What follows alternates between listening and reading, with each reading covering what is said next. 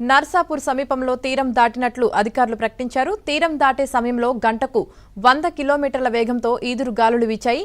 ఉమ్మడి గోదావరి, కృష్ణా జిల్లాలపై ఎక్కువ ప్రభావం పడింది. పలుచోట్ల చెట్లు, కరెంటు స్తంభాలు కూలిపోయాయి. నిన్నటి నుంచి పలు మండలాల్లో విద్యుత్ సరఫరా నిలిచిపోయింది. సహాయక సిబ్బంది చెట్లను తొలగిస్తూ విద్యుత్ సరఫరాను పునరుద్ధరించే పనిలో నిమగ్నమయ్యారు.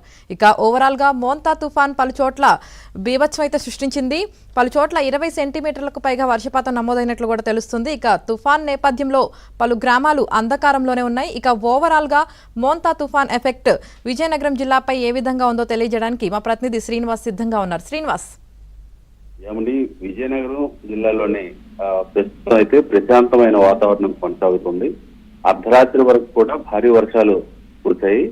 ఈ పూర్తి స్థాయిలో అధికార యంత్రాంగం అంతా కూడా ఒకవైపు జిల్లా కలెక్టర్ రామచంద్ర రెడ్డి, మరోవైపు జిల్లా ఎస్పీ దామోదర్, ఎంపీ కలిసి అప్పలనాయుడు, ఇలా వీళ్ళందరూ కలిసి సమిష్టిగా మత్స్యకార గ్రామాల్లో కావచ్చు, మైదాన ప్రాంతంలో కావచ్చు, వీళ్ళంతా కూడా విస్తృతమైన పర్యటన చేశారు. రాత్రి అంతా కూడా కలెక్టర్, ఎస్పీ ఇక్కడ కంట్రోల్ రూమ్ లో ప్రత్యేక ఏర్పాటు చేసినటువంటి కంట్రోల్ రూమ్ లో మకాం వేసి పరిస్థితిని ఎప్పటికప్పుడు సమీక్షించారు. అంటే ఏదైనా ఒకవేళ జరగరాని ఘటన ఏదైనా జరిగితే మనం ఏ విధంగా ప్రజలకు సహాయపడదాం అనేటటువంటి కోణంలోనే పూర్తి స్థాయిలో ఆలోచించి తమ సేవలు అందించడం, అధికారులు, ప్రజాప్రతినిధులందరూ కూడా సమిష్టిగా పనిచేయడంతో ఏ విధమైనటువంటి ఎక్కడ కూడా అపశబ్దం అయితే జిల్లాలో వినిపించలేదు. ఇక పార్వతీపురం మన్యం జిల్లాకు వస్తే అక్కడ జిల్లా కలెక్టర్, ఎస్పీ, మంత్రి సంధ్యారాణితో పాటు మిగిలినటువంటి ప్రజాప్రతినిధులు, అధికారుల సిబ్బంది అందరూ కూడా ఆ కంట్రోల్ రూమ్ కు పరిమితమై పూర్తి స్థాయిలో పర్యవేక్షించారు. అక్కడ ఇప్పుడైతే చెదురుమదురుగా వర్షాలు పడుతున్నాయి. పార్వతీపురం మన్యం జిల్లాలోని పార్వతీపురం,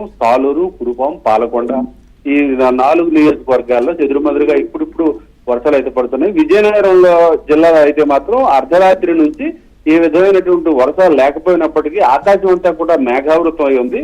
ఇక మత్స్యకార గ్రామాల్లో భోగాపురం, పోస్పట్రేగ ఈ 2 మండలాల పరిధిలో ఉండేటటువంటి మత్స్యకార గ్రామాల్లో అయితే మాత్రం కాస్త ఆందోళన ఉంది. ఎందుకోసం అంటే సాగర తీరంలో అలలన్నీ కూడా ఉధృతిగా ఎగసి పడడంతో అక్కడ సాగర తీరం అంతా కూడా అల్లకల్లోలమైనటువంటి పరిస్థితి ఉంది.